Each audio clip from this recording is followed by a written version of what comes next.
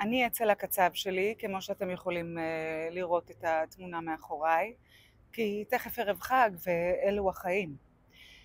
ואני רואה המון פוסטים בקבוצות מקצועיות, ואנשים מעלים קמפיינים מסוג Advantage, בסוגריים או בלי סוגריים AI, אוקיי? יש שם רכיב AI מאוד חזק. AI זה Machine Learning.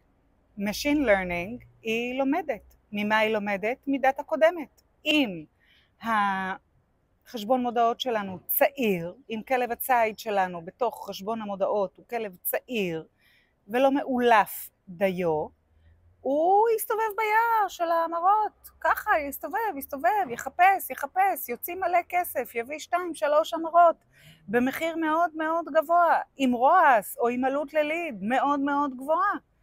אם אתם מקימים קמפיין Advantage בסוגריים, בלי סוגריים, עם AI פלוס בסוגריים, בלי סוגריים, Machine Learning, ואתם דופקים, אתם מחרבים לעצמכם את האמרות. אם אין לכם מספיק דאטה בחשבון, אל תקימו Advantage. בסדר? מוגש כשירות לציבור, אתם הציבור, ואני הייתי עירית פאקינג פרנק.